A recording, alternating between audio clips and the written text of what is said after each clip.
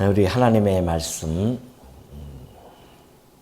로마서 8장 1절입니다.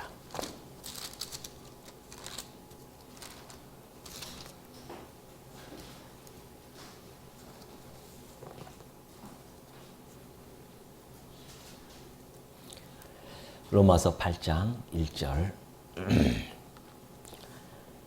그러므로 이제 그리스도 예수 안에 있는 자에게는 결코 정죄함이 없나니 이는 그리스도 예수 안에 있는 생명의 성령의 법이 죄와 사망의 법에서 너를 해방하였음이라.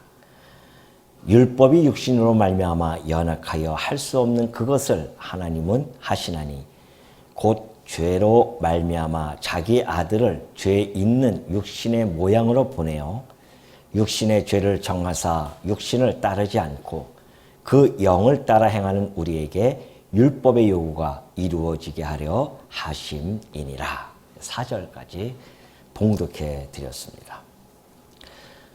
우리 엊그저께 우리 여전도에서 금요 기도회를 가진 바가 있습니다. 우리 여전도에서 모여서 이제 여러 가지 담론을 나누면서요, 고민거리가 하나하나씩 이렇게 이야기하게 되어지는데, 이야기를 모아보니까 우리가 한 30여 년을 갖다가 이 말씀을 정말 주의깊게 공부하고 그랬음에도 불구하고, 우리의 모습은 여전히 어린아이와 같은 그런 수준의 모습을 가지고 있고, 내 마음은 정말 하나님의 그 선한 법을 따르고 싶은데도 불구하고 내 육신은 여전히 죄의 법에 머물러 있는 그러한 우리들의 모습을 보면서 여러 가지로 우리 자신들에게 실망하는 그런 이야기들을 나눈 바가 있습니다. 그래서 결국 우리가 다시 그리스도의 첫사랑을 회복하는 그런 것이 참으로 중요하며, 그래서 우리가 함께 정말 우리의 자고하고 오만했던 모습들을 회개하는 그런 시간들을 가진 바가 있습니다.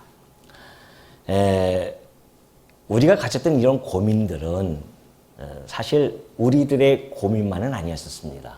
그것이 바로 2000년 전에 우리들에게 복음을 전파했던 그 사도 바울도 우리와 동일한 그러한 고민에 있었음을 우리들에게 잘 보여주고 있습니다.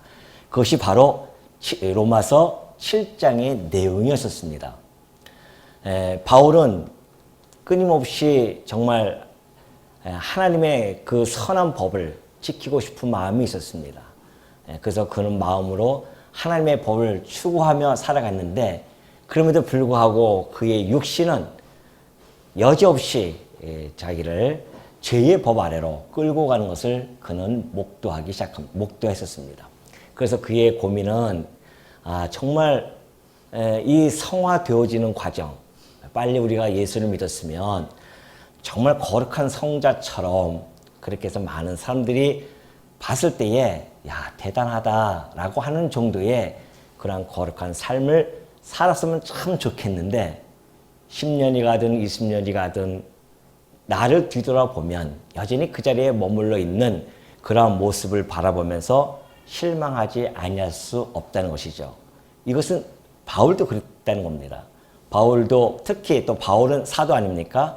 하나님으로부터의 계시를 직접 받아서 전달하는 그 사도에게는 더욱 높은, 수준 높은 그런 거룩한 삶에 대한 기대가 아마 바울도 있지 않았을까라는 생각을 해봅니다. 그렇기 때문에 그 기대에 부응하지 못하는 자기의 모습을 바라보면서 그는 이렇게 한탄하는 모습을 비춰줬죠. 오호라, 나는 공고한 사람이로다. 누가 이 사망의 몸에서 자기를 건져낼 수 있겠는가라고 하는 그러한 고통스러운 신음을 내뱉는 것을 우리가 로마서 7장 24절에서 함께 상고했었습니다. 다 고민이죠, 사실은. 이거는 뭐 우리 성도님들뿐만이 아니라 한국교회에 많은 사람들의 고민이 있었습니다.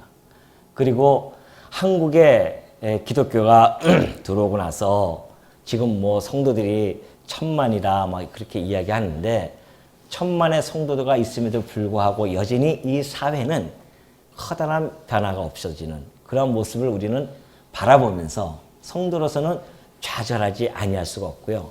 급기야 야 이거 내가 정말 구원받은 백성인가 라는 그러한 자기의 번뇌에 빠지기도 하고요. 괴로움에 몸부림칠 때도 많이 있습니다. 그러한 모든 자들의 그런 고민과 괴로움을 바울은 로마서 7장 25절을 통하여 대전환을 갖게 해줍니다. 사실 바울이 얘기했던 이런 그 고민들은 그냥 그걸로 끝나는 것이 아니라 정말 좌절스럽고 절망스러운 자기의 모습으로 끝나는 것이 아니었습니다. 사실 바울은 더욱 환희의 찬가를 부를 수 있는 그곳으로 끌고 가기 위한 하나의 과정적인 그런 논리였던 것을 우리는 잘 알게 되어지죠. 바로 이유가 25절부터 나타나게 되어집니다. 25절 그럽니다. 우리 주 예수 그리스도로 말미암아 하나님께 감사하리로다. 조그마까지는 어허나 나는 공고하다. 누가 이 사망의 몸에서 나를 건져낼 수 있겠는가?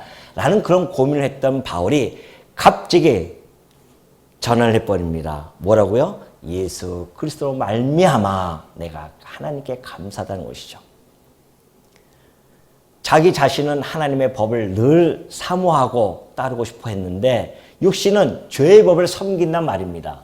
그러니 여전히 죄 가운데서 우리가 살아가는 그 모습 속에서 이러다가 나는 구원받지 못하는 백성으로 버려지는 것이 아닌가. 그러한 노심초사하는 모든 성도들을 향해서 그것이 아니라는 겁니다. 그러면서 8장 1절에 그러므로 우리가 비록 그런 가운데 다 있다 할지라도 그러므로 이제 그리스도 예수 안에 있는 자에게는 결코 정죄함이 없다라고 하는 8장의 첫 선언과 함께 이 8장은 정말 앞으로 1장부터 7장까지 펼쳐나갔던 그 논리의 전개를 다시 한번 압축해서 우리들에게 전달해주는 아주 정말 귀한 그러한 메시지가 들어있는 장이 아닐 수가 없죠. 그래서 우리들에게 결코 정죄함이 없다는 겁니다. 자, 그렇다고 한다면 우리가 8장을 1절부터 쭉 살펴보기 전에 8장의 전체적인 내용을 한번 요약해서 한번 살펴보는 것이 매우 유익할 것입니다. 그리고 나서 하나하나 살펴보면은 정말 우리가 그리스도 안에 있는 자들의 모습이 또는 그리스도 안에 있는 자들의 그 특권이 또 특성이 도대체 무엇인지를 우리가 한번 구체적으로 다시 한번 확인하는 시간을 갖도록 하겠습니다.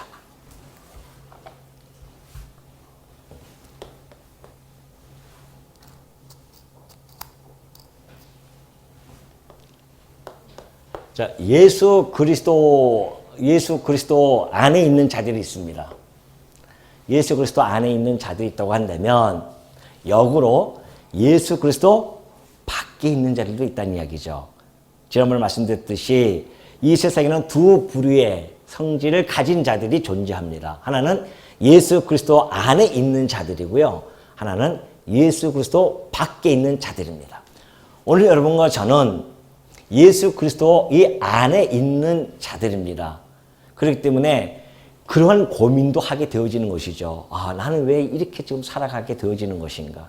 좀 더 더욱 성장이 되어져서 누가 한마디 하면 웃고 많은 그런 좀 여유로움도 없고 오히려 더 반박하고 더 소리를 지르고 그런 모습을 자기를 바라보면서 실망할 수가 있단 말입니다. 그러니 자꾸만 이거 내가 이래가지고 내가 하나님의 백성이 맞는가라고 하는 고민에 빠질 수도 있거든요. 그것을 바울은 불식시키기 위해서 지금 이야기하고 있는 중입니다. 자, 예수 그리스도 안에 있는 자들이 있다. 그리고 밖에 있는 자들이 있는데 예수 그리스도 안에 있는 자들은 첫째는 더 이상 정죄하지 않는다는 겁니다. 비록 너희가 죄 가운데 태어나서 죄 가운데 출생되어지고 죄 가운데서 살아가는 우리들이고 뿐만이 아니라 구원을 받았다 할지라도 여전히 우리는 죄 가운데서 범죄하며 살아갈 수밖에 없는 자들인데 그리스도 안에 있는다고 하는 것은 바로 그 범죄를 졌다 할지라도 하나님께서는 더 이상 정죄하지 않는다는 겁니다. 정죄하지 않는다는 것은 내가 너를 갖다가 이것을 죄로 그것을 하나님께서 정죄하고 사망 가운데 다시 집어넣지 않는다는 겁니다. 형벌 가운데 집어넣지 않는다는 겁니다. 이것이 바로 그리스도 안에 있는 자들의 특권이자 특권입니다. 그러니 너희가 조금 지금 힘들고 네가 지금 네 기대만큼 너희의 삶이 거룩하게 나타나지 않는다 할지라도 그렇게 실망하지 말라는 겁니다. 어차피 우리를 자라나게 하시는 분이 하나님이시기 때문에 때로는 우리를 정체 속에 있게 하기도 하시고요.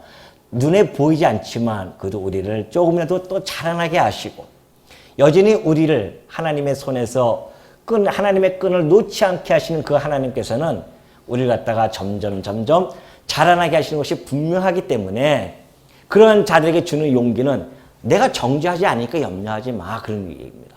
자, 예수 그리스도는 우리의 신랑이죠. 이 신랑이 이 신부의 모습을 너무나 잘 알고 있어요. 연약함을 잘 알고 있단 말입니다. 그렇기 때문에 우리 신랑은 괜찮다고 늘 우리들에게 격려해 줍니다. 괜찮아. 네가 힘들고 어렵고 네가 지금 하나님의 뜻대로 잘 살아가지 못함을 내가 잘 알고 있어. 그래서 내가 대신 내 아내를 대신해서 내가 죽어버린 거 아니겠느냐.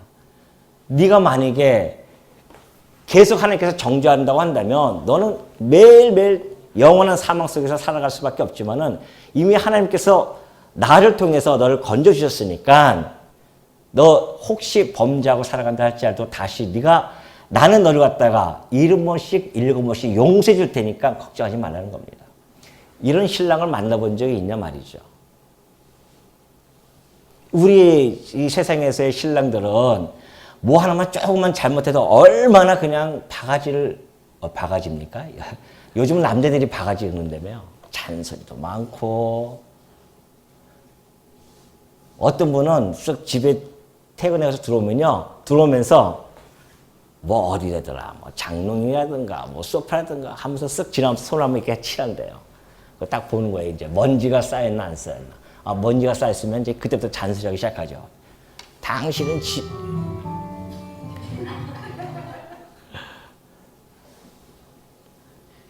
방해 세력이 나타났습니다. 남편들 얘기하니까 방해하는 거죠. 세상 남자들은 그래요. 남편들은 용서라는 게 별로 없는 것 같아요. 그런데 참 신랑이신 우리 그리스도는 어쩜 그렇게 너그러우신지 한없이 우리들에게 사랑을 베푸시는데 오직 하면 죽기까지 우리를 사랑하셨다고 하겠습니까? 죽기까지 사랑하셨다는 그 신부를 위해서 뭔들 용서 못하겠으며 뭔들 용납하지 못하겠냐 말이죠. 그런 신랑을 우리가 모시고 살아가는 사람들입니다. 그걸 다시 한번 우리에게 주지시켜 주는 거거든요. 야, 정죄하지 않아. 걱정하지 마라. 그렇다고 해서 정죄하지 않다니까 야, 신났다. 이제는 정죄하지 않으니까 뭐 이제는 우리 마음대로 살아도 되지 않겠느냐라고 이야기한다면 그가 정말 그 신랑의 신부인지를 생각해 봐야 되죠. 그런 신부 있어요? 아니 지금 바울도 얘기했잖아요. 오호라 나는 공고하다. 나는 사망의 몸에서 누가 나를 건져낼까 했는데 그리스도 안에서 정죄함이 없다? 신난다 합니까? 뭐라고 합니까? 아, 하나님께 감사하셨다. 얼마나 감사가 나오는지. 예수 그리스도를 말미암아 내가 하나님께 감사합니다 라는 소리가 나올 수밖에 없는 거죠. 그것이 진정한 그리스도의 신부들의 참된 모습이 아니겠나 말이죠. 그걸 지금 이야기하고 있는 거죠. 정죄하지 않겠다. 또 두 번째는 내가 너를 정죄할 뿐만이 아니라 너는 내 하나님의 상속자야. 잊지 마 그걸.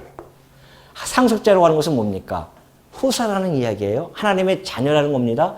하나님의 자녀는 하나님의 나라에 대한 기업을 어떻게 해요? 상속받는 자예요.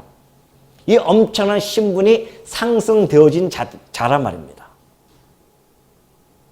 그러니 네가 이 땅에 살아가면서 때로는 범죄하고 네 모습이 초라한다 할지라도 그것 때문에 너무 괴로워하지 마. 왜? 너는 하나님의 상속자야. 그런 상속자가 이 땅에 살아가면서 조금 힘들고 또는 때로는 넘어지고 그런다 할지라도 우리 하나님께서는 그를 붙들어 주시고 그를 끝까지 내가 견인해 갈 거야. 그런 하나님의 메시지를 우리에게 들려줌으로 말미암아 하나님의 자녀라고 하는 것이 예수 그리스도 안에 있는 자들이 얼마나 행복한지에 대한 것을 자꾸 우리들에게 이야기해 주는 거란 말입니다. 이 8장의 내용이 바로 그런 내용이에요. 아니 하나님 밖에 있는 자들은 날마다 정죄를 당해요. 결국은 사망 가운데 살아가는 자 아닙니까? 맨날 정죄당하고 우리는 정죄 없다 그러고 우리는 하나님의 상속자지만 그리스도 밖에 있는 자들은 여전히 사단의 종이에요. 신분이 완전히 다르잖아요. 우리도 물론 여기 있던 자들이었는데 예수 그리스도를 통하여 이리로 넘어온 자들 아니겠습니까? 이걸 잊지 말아야 된다는 이야기입니다. 여전히 이들은 사단의 종이지만 우리는 하나님의 상속자로서 살아가는 자들입니다. 뿐만이 아니죠. 우리는 하나님께서 넷에 대한 소망을 줍니다. 소망을 줬어요. 우리는 소망이 있잖아요. 우리는 이 땅이 끝이 아니라 영원한 하나님의 나라에 대한 소망이 우리는 있는 자들이지만 이들은 절망 가운데 살아가는 자들 아니겠습니까? 끼끗해야 보이는 이 땅의 것을 다 가지고 그것이 전부인 양 살아가는 자들이고 우리는 보이지 않는 영원한 것을 바라보고 살아가는 자들인데 차원이 틀리다 말입니다. 네 번째는 뭐가 있겠어요? 하나님께서 너희들 끝까지 내가 해서 의롭다 칭해 줄 뿐만이 아니라 영화롭게 해줄게. 부활의 몸으로 내가 바뀌게 해주겠다. 그런 이야기 아니겠습니까? 우리가 이 소망 가지고 살아가는 겁니다, 지금. 이 땅에 우리의 육신은 점점 후패해 가고 있지만 내 안에 있는 이 속사람은 점점 강건해져서 마침내 우리가 영화롭게 되어져서 하나님과 함께 그 우리의 신령한 몸을 가지고 영원히 찬송하면서 살아가는 것 이런 소망이 우리들에게 있습니다. 그리스도 안에 있는 자들이 가지고 있는 그 특권이라는 것이죠. 근데 이들은 뭐가 되겠어요? 영화롭게 되어지는 것이 아니라 그들은 여전히 심판의 부활로 바뀌어가지고서는 심판을 당하는 자들이죠. 완전히 이 모습에서 그들은 살아갈 수밖에 없는 것이고. 그래서 마지막으로는 안 보이겠죠? 안 보이도 그냥 들으십시오. 너희들을 예수 그리스도의 사랑에서 끊을 자가 없을 거야. 완전히 딱 확고하게 우리들에게 구원의 확신을 주게 되어집니다. 그 어떠한 환난도, 공고함도, 핍박도, 기근도, 적신이나 칼이냐 그 어떠한 것들도 예수 그리스도의 사랑에서 끊지 못할 거야. 반드시 내 손에 있는 자들은 빼앗기지 아니하고 내가 끝까지 얼룩 끌고 가신다. 일로 갈 거야. 이것이 우리에게 약속으로 주어진 거란 말입니다. 그런데 이들은 뭐겠어요? 이들은 그리스도 밖에 있는 자들은 슬피 울며 슬픔 속에서 뭘 갈아요? 이를 갈아요. 얼마나 슬픈지 이를 간단 말입니다. 이것이 8장의 내용입니다. 내가 정죄하지 않을게. 그리고 이 사랑에서 내가 끝까지 너 끌고 갈 거야. 그러니 여러분 이 8장의 내용을 딱 읽고 나면은 상고하고 나면은 7장에서 바울이 그 고민했던 것이 일순간에 다 풀려나가는 것이죠. 그렇구나. 그리스도 안에 있는 자라고 하는 것이 이런 특권이고 이런 특성을 가지고 있었구나. 그러니 내가 좀 살다가 엎어지고 넘어지고 쓰러진다 할지라도 우리에게는 뭐가 있다? 소망이 있잖아요. 우리 예수 그리스도가 신랑이 붙들어주고 넘어지면 가서 격려해주고 그러면서 우리로 점점 성령의 소욕을 향해서 성령의 소욕을 갖게 하시고 성령의 열매를 하나하나 맺혀지게 함으로 말미암아 이것이 나의 의가 아니라 하나님의 의로소이다라고 하는 그래서 하나님께 감사합니다라고 하는 환희의 찬송을 할 수 있게 하는 것 이것이 하나님의 프로그램이고 하나님의 솜씨고 작품의 내용입니다. 우리는 그 안에서 지금 살아가고 있는 자들입니다. 그러니 여러분들이 우리 금요일날 우리 성도님들이 모여서 그런 얘기했지만은 다시 한번 우리가 감사할 수밖에 없었잖아요. 감사합니다 하나님. 그럼에도 불구하고 저를 갖다가 버리지 아니하시고 손을 놓지 아니하시고 끝까지 붙들어서 우리를 인도해 가시니 얼마나 감사하겠어요. 하나님의 그리스도 안에 있는 자들이니까 그런 마음이 나오고 그런 기도가 나오는 것이지 하나님의 자녀 밖에 있는 자들이 뭘 거리낄 것이 있겠습니까? 자기 정욕과 자기 쾌락을 쫓아서 살아가면 그뿐인데 성도들은 안 그런단 말입니다. 왜 그럴까요? 그 안에 하나님의 영이 거하시기 때문에 그렇다는 겁니다. 성령께서 근심하게 하니까 자꾸만 그 근심하는 마음이 우리의 마음을 찌르고 그런 말이면 우리가 자꾸만 뒤돌아보게 하고 자기를 성찰하게 되어지고 그것이 바로 그리스도 안에 있는 자들의 모습이라는 것을 잊지 마시라는 겁니다. 바울이 이제 그러한 모습, 우리들의 그러한 성화되어지지 못하는 좀 더뎌지고 여전히 우리가 사망의 몸과 함께 갈 수밖에 없는 이런 고통, 이런 데서 우리가 벗어나서 예수 그리스도 안에 있는 자의 모습을 하나하나 구체적으로 이제 한번 살펴보도록 하겠습니다. 자, 얘기는 해왔죠. 그러므로 이제 그리스도 예수 안에 있는 자에게는 결코 정죄함이 없나니 이는 그리스도 예수 안에 있는 생명의 성령의 법이 죄와 사망의 법에서 너를 해방하였습니다. 여러분 구약에 보면요, 구약 민수기에 보면은 마지막 이제 그 마지막 35장 이렇게 넘어가 보면은 그런 이야기 나옵니다. 하나님께서 레위 지파들이 살고 있는 그 성읍에 도피성을 6개를 지라고 합니다. 그 도피성은요, 예를 들어서 나 차를 타고 가다가 차를 끌고 가는데 골목에서 누가 확 튀어나왔어요. 서에 꽉 섰는데도 불구하고 부딪힐 수밖에 없잖아요. 상대방이 죽어버렸습니다. 그러니 피해자의 가족들이 가만히 있겠어요? 저거 내가 죽여버릴 거야. 쫓아올 거 아닙니까? 그때 어떻게 해라? 차를 딱 버리고 얼른 도망가라. 도피성으로 도망가라는 겁니다. 죽으라고 도망가라. 근데 도피성까지 쫓아와서 그 피해자 가족들이 와서 죽이려고 한다면 하나님께서 그 피해자 가족에 절대 내가 가만히 안 두겠다는 거죠. 그 도피성에 딱 숨어 있어야 돼요. 거기서 나오면 이제 피해자가 만약에 나왔으면 피해자의 가족들이 그를 죽여도 괜찮다는 겁니다. 그러니 그 사람은 어디에 있어야 됩니까? 도피성 안에 죽을 때까지 있어야 돼요. 근데 기간이 있어요. 언제까지? 그 대제사장이 죽을 때까지 그 안에 있어야 됩니다. 참 시사하는 말 크지 않습니까? 대제사장이 죽어야 그가 그 도피소에서 풀려나가지고서는 집으로 돌아올 수가 있어요. 해방이 되어진단 말입니다. 이건 보나마나 우리 주 예수 그리스도에 대한 하나의 모형과 그림자적인 예표적인 그런 모습 아니겠냐 말이죠. 대제사장이신 그리스도께서 오셔서 십자가에 죽으셔야만이 우리가 여기서부터 해방이 되어질 수 있단 말입니다. 그것처럼 예수 그리스도 안에 있는 자들에게는 더 이상 죄를 물을 수가 없다는 거예요.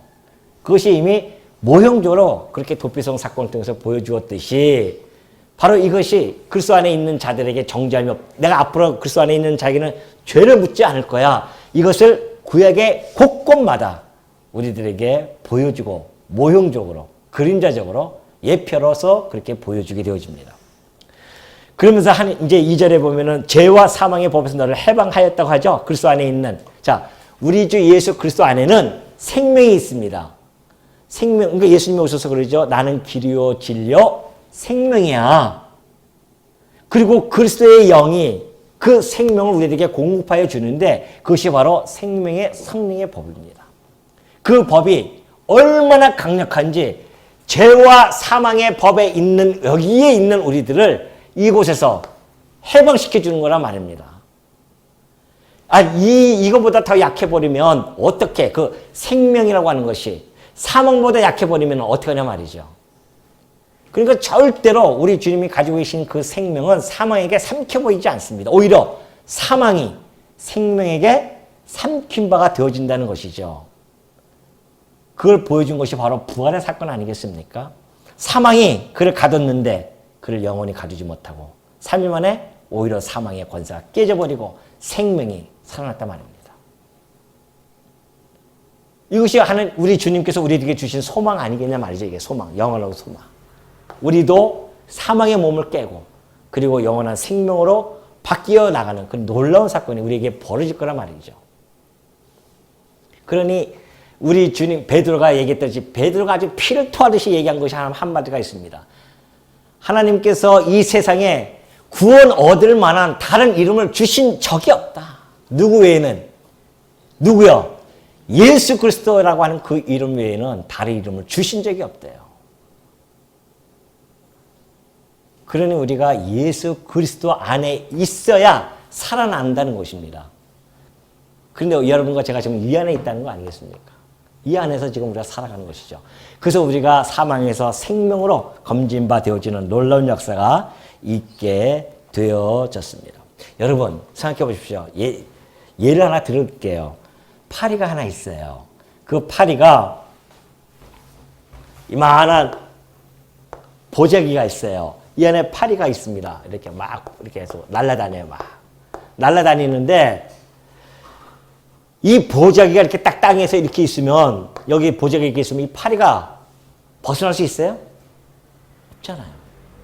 이 보자기는 죄라고 하는 보자기입니다.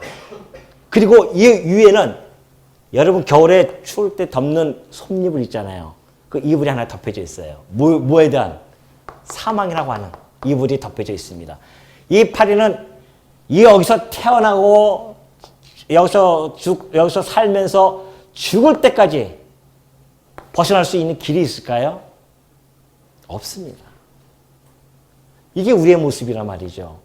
누가 여기서 이 이불을 건져내지 아니하면은 이 안에서 계속 아무리 살려달라고 파리가 빌잖아요. 맨날 이렇게 파리 앉았을 때 그러죠. 여기 제가 앉았을 때 보면은 컴퓨터 앞에 파리 하나 앉아 있어요. 아, 저거 죽여버려야겠다 생각해가지고서는 내가 그 부채를 하나 딱 준비해 놓고 있었다가 죽이려고 딱 하냐면 파리가 왜 그렇게 나한테 막 비는 거예요. 막 살려달라고. 살려주겠습니까 제가? 아니 이곳에서 아무리 빌어도 되냐 말이죠. 30년을 갖다가 굴속에 들어가서 벽을 바라보면서 수행을 한다 한들 벗어날 수 있겠냐 말이죠. 저기서. 벗어날 수 있겠어요? 이미 이 안에서 포장이 꽉 이렇게 갇혀져 있는 자인데 산 꼭대기에 올라가지고서는 아무도 평생 안 만나고 혼자서 눈을 맞으며 비를 맞으면서 바위 위에서 암만 기도하고 수행을 한다 한들 벗어날 수 있겠냐 말이지. 이 안에서 겨우 이 안에서 산 위에서 올라가서 아무리 수행한다 한들 굴속에 들어가서 아무리 수행한다 한들 되겠냐 말이죠. 이게 안 된다는 겁니다. 저걸 벗길 수 있는 자가 와야 돼요. 그분이 바로 예수 그리스도 아니겠습니까? 그분이 오신 거예요 지금. 그래서 이 이불을 확 우리들에게는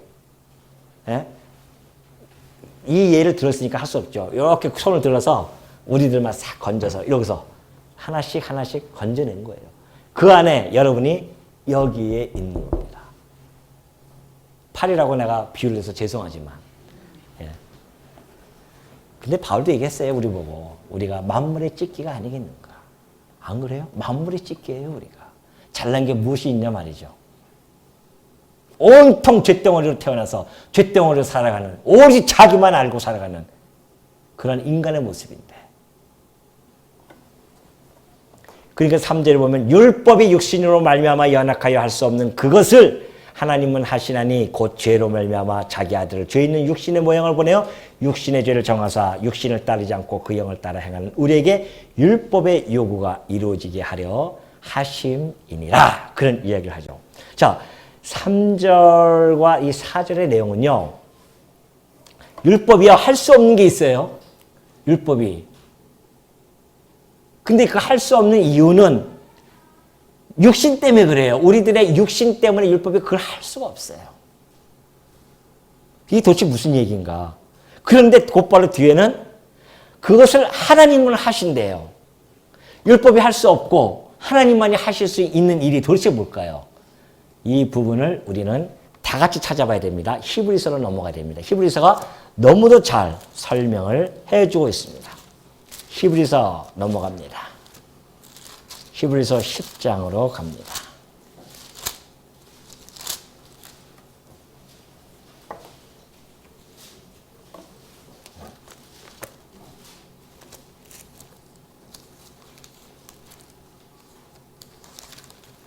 다 찾으셨죠?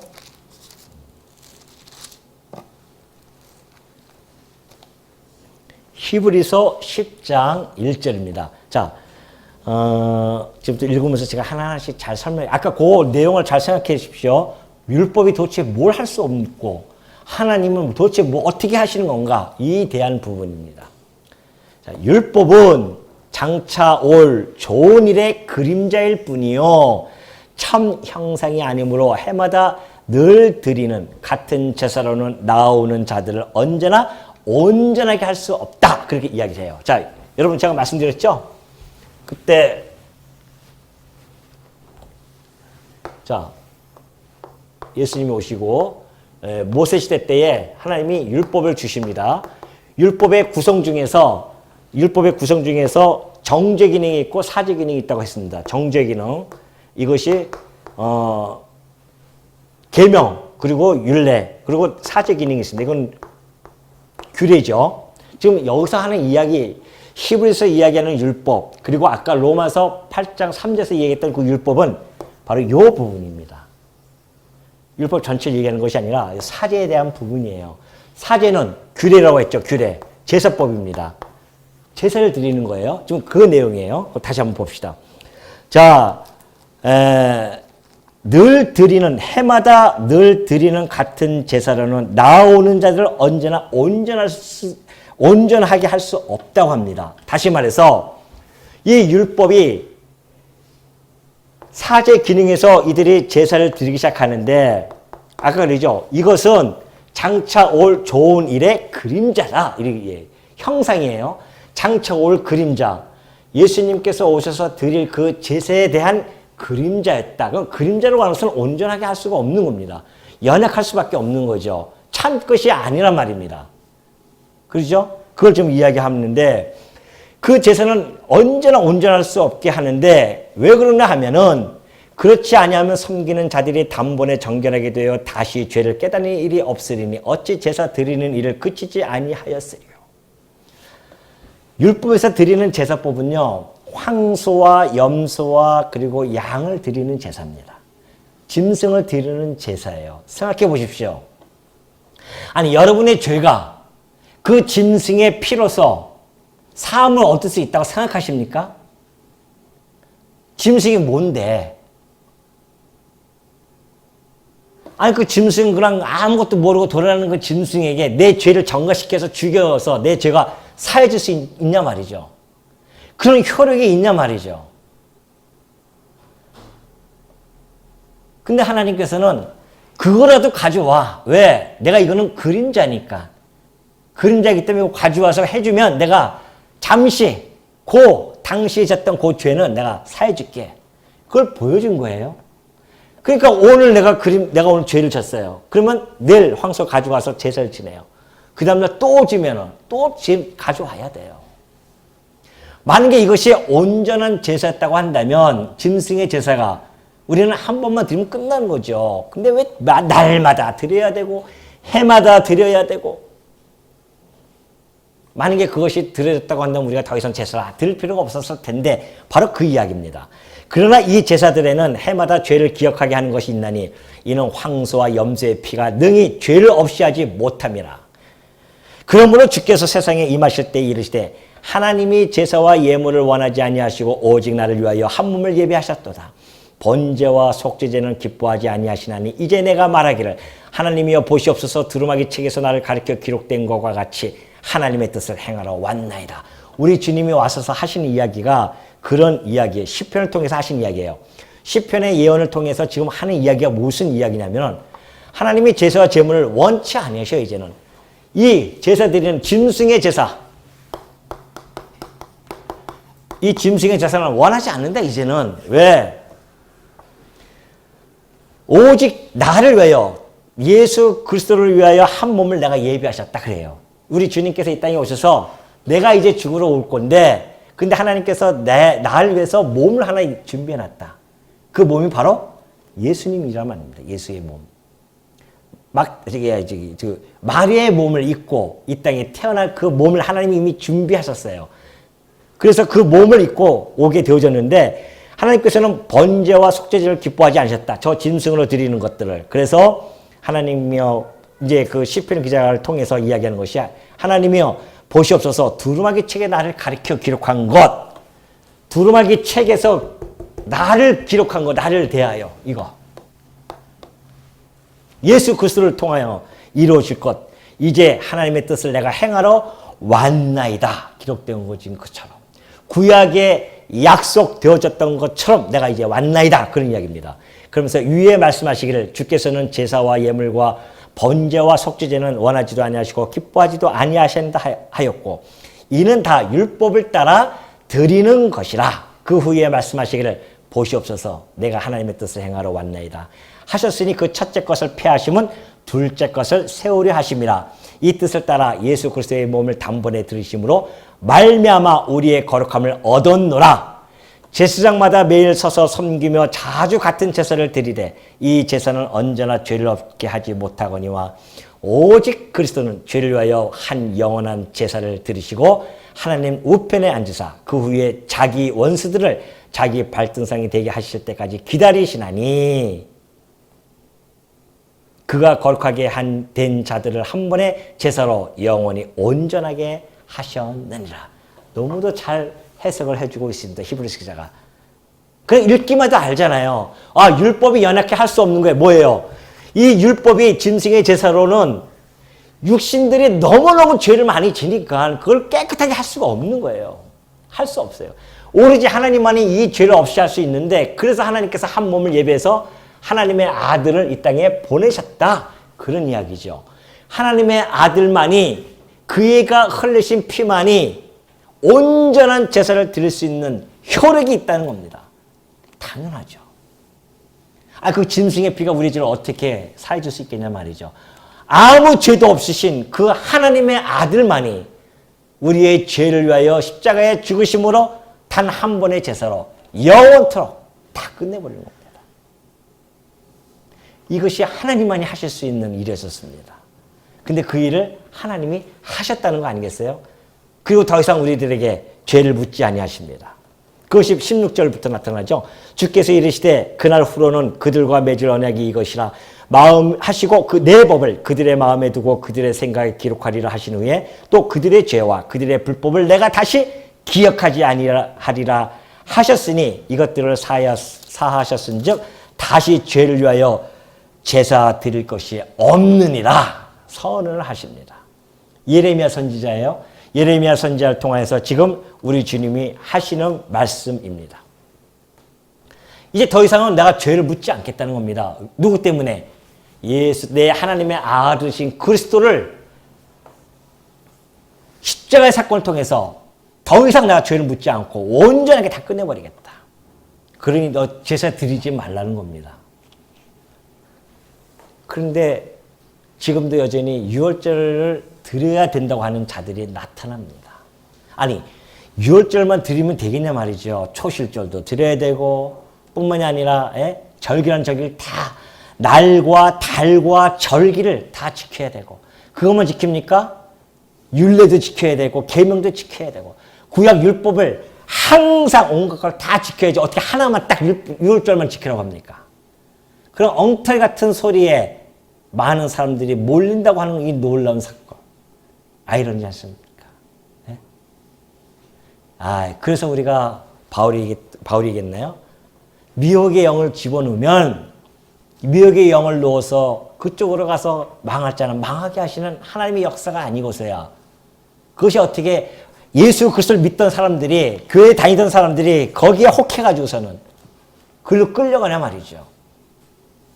유월절을 지켜야 된다고 한다면 예수 그리스도의 이 십자가 사건을 부정하는 건데 아니 그리고 또 더 엄밀히 얘기하면 유월절을 누가 지키는 겁니까?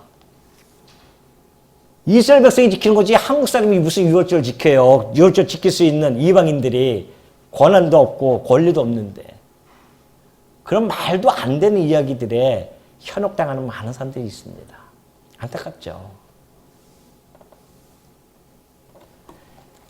율법이 할 수 없습니다. 도저히 워낙 우리가 죄가 많기 때문에 그래서 하나님께서는 온전한 제사를 드리셔서 우리로 하여금 더 이상 이제 정죄하지도 아니하시고 하나님의 그리스도 안에 있는 자들에게는 참 자유와 해방을 만끽하게 해 주심으로 말미암아 성도들로 하여금 정말 즐겁고 기쁘게 살아갈 수 있게 해 주셨다는 거 아니겠습니까?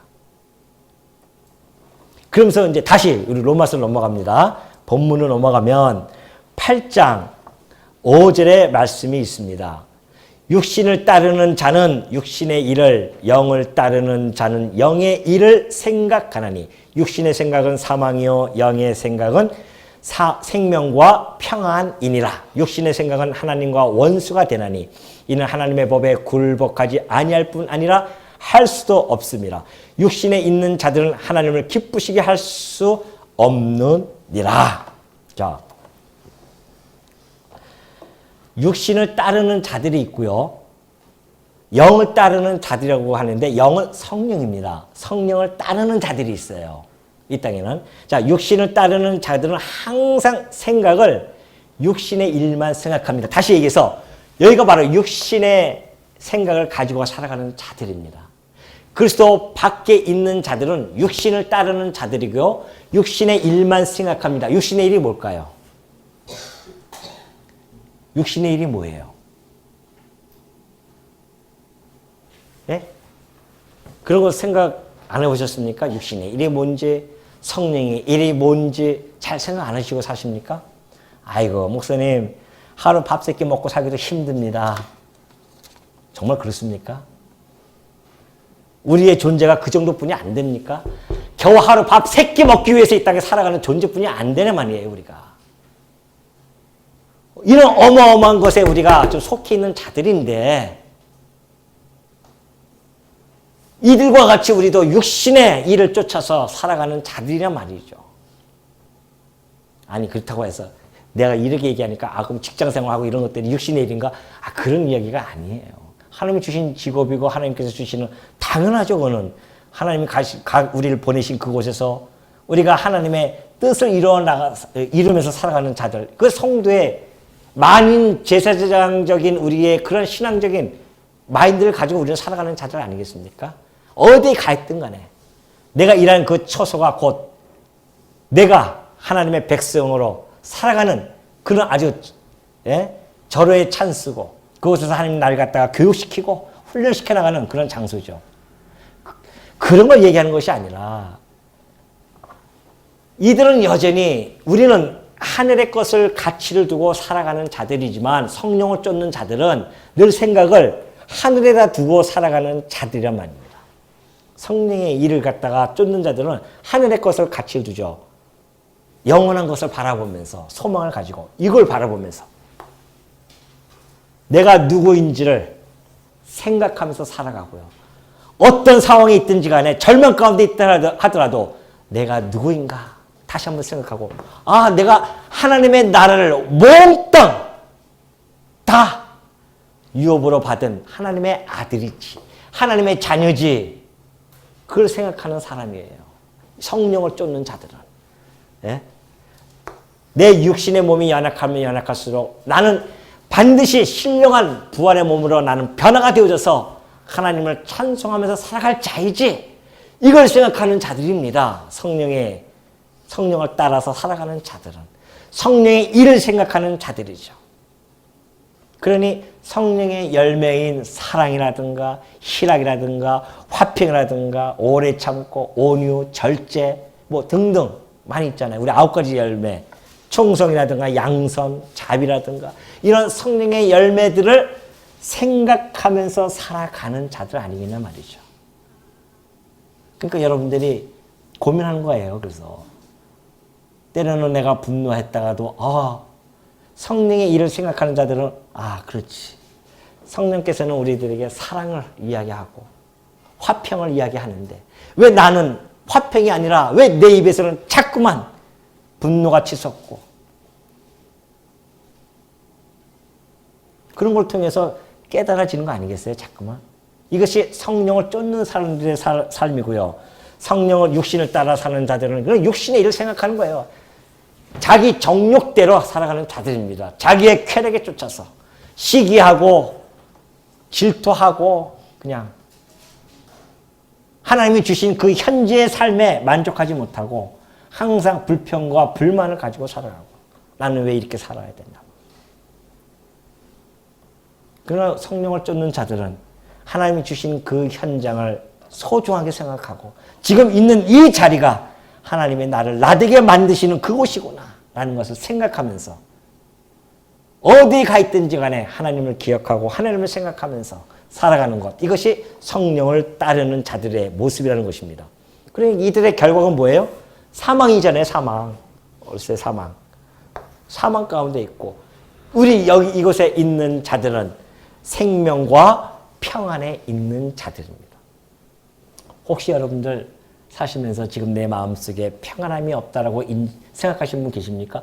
왜 이렇게 평안이 없지? 왜 이렇게 자꾸만 내 삶이 짜증이 나고 불평과 불만이 자꾸 왜 솟아나지? 왜 저 사람은 자꾸 내가 미워지는 것이지? 이런 생각들을 가지고 있다고 한다면 다시 한번 자기의 신앙을 체킹하는 것이 좋습니다. 우리 이번 금요일 날 오셔서를 다 자기 체킹을 하는 거예요. 우리 신앙, 지나온 우리의 삶을 체킹하는 겁니다. 거기서는 누가 더 잘났고 잘못 그것이 없어요. 우리의 모습을 알게 되어지고 우리가 얼마나 죄인인 줄 깨닫게 되어지는 그런 시간들 아니겠어요? 삶을 체킹하고 그래서 다시 한번 우리의 삶을 잘못 갔다고 한다면 하나님의 뜻을 향해서 가는 자들이 잘못 왔다고 하면 다시 돌아오는 그런 삶, 이것이 반복적으로 계속 이루어지는 겁니다. 그 과정 속에서 우리의 고민이 점점 희석되어지고 우리의 삶이 성장되어지고 우리의 색사람이 성장되어지면서 점점 거룩한 삶으로 변모되어지는 것들, 이것이 하나님께서 이끌어 가시는 우리들에게 향한 하나님의 뜻이란 말이죠. 결국 하나님과의 관계는 이들은 하나님의 법을 순종할 수도 없고 굴복할 수도 없고 따를 수도 없는 자들이잖아요. 왜? 끊임없이 자기 선악을 가지고 살아가는 자들이고 우리는 우리의 선악을 하나님의 선악을 가지고 그 우리의 선악을 쳐서 복종시키면서 한 걸음 한 걸음 나가는 자들이고 그러니 우리는 하나님과 점점 화목되어지는 삶이 되어진다는 겁니다. 왜? 하나님의 선악과 부합되어지는 것이죠. 우리의 생각을 자꾸 하는 거예요. 하나님의 선한 일, 하나님의 선한 뜻, 하나님이 좋아하시는 것, 싫어하시는 것을 자꾸만 생각하게 되어지죠. 그런 고민 아니겠어요? 우리가 했던 담론들이 그런 고민이란 말입니다. 하나님의 뜻은 분명히 이거 할지언데, 이를 일지언데 우리가 자꾸만 거기 역행하는 우리의 삶을 바라보면서 고민하는 것, 이것이 바로 성령에 함께하는 사람들의 삶의 모습입니다. 그래서 바울이 그런 얘기합니다. 이들을 향해서 이들 향락을 좋아하는 자는, 이 향락을 좋아하는 자는 살았으나, 육신은 살아있는 것 같죠? 그러나 실상은 뭐다? 죽은 자로다. 그렇다고 한다면 여기에 있는 자들은요, 뭐라고 얘기합니까? 우리는 무명한 자 같으나 유명한 자요, 죽은 자 같으나 보라, 우리가 살아있는 자들이다. 징계를 받는 자 같으나 죽임을 당하지 아니하고 근심하는 자 같으나 항상 기뻐하고, 어떤 상황에 있어서 근심하는 것 같으나 우리는 늘 기뻐할 수가 있고, 가난한 자 같지만은 우리는 많은 사람을 부유하게 합니다. 왜? 우리 안에 생명이 있으니까, 복음이 있는 자들이니까 부유하게 할 수 있단 말입니다. 아무것도 없는 자 같으나, 정말 그렇습니까?